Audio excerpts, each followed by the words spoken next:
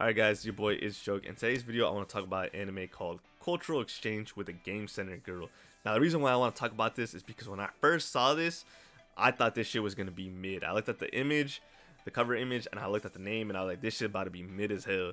But it's honestly the only anime this anime season that I actually want or have any interest in watching. So I picked it up and I was pleasantly surprised. This is extremely good. Now let's get into a couple of things right off the bat. This character Lily Baker, she's from England, so she mainly speaks English and she's learning Japanese. Now her English is actually good, and it kind of throws me off because sometimes when I hear English in anime and stuff like that, it's like really butchered and stuff like that to the point where it's funny. It doesn't really feel out of place, but this English is good enough that it feels out of place. It's like, oh shit, what the fuck? I was not expecting that. The only thing that's off is because she's doing a British accent. It feels a little off, but the English itself is good, bro. And I actually recently learned the voice actress for Lily Baker, Amaki Sally, she actually knows English fluently. But while she was auditioning for the role, she told them, like, do you want them to have a British accent?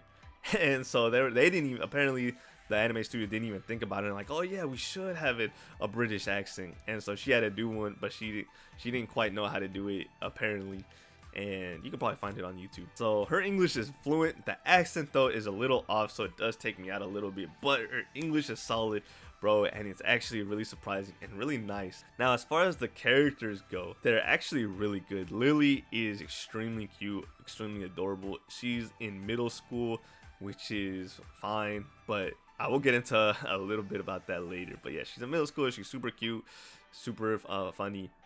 The animation is really good, I think, and the art style is also really nice to see.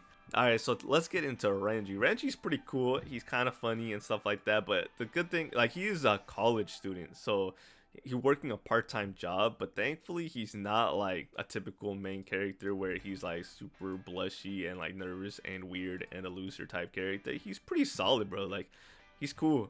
Like, he's just a really solid character, bro. I can't get too much into it, but I fuck with him. The animation is solid. It's pretty much all slice of life for the most part.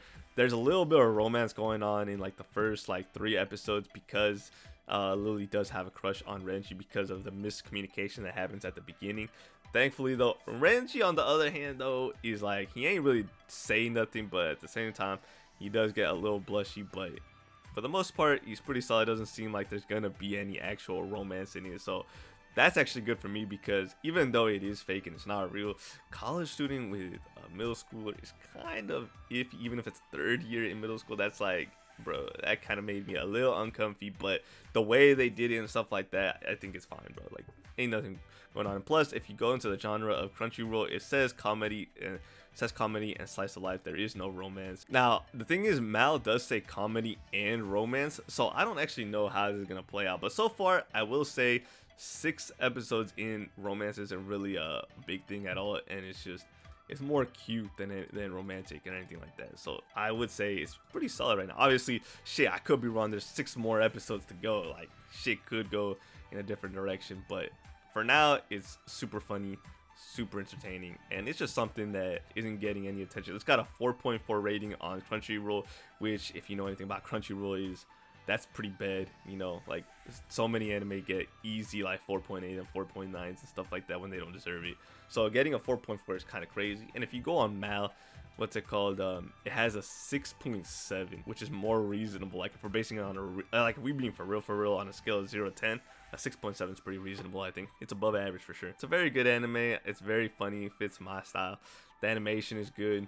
I just recommend it to anybody who's interested in a fun little slice of life for this season. But yeah, let me know what you guys think, and I'll see you guys next time.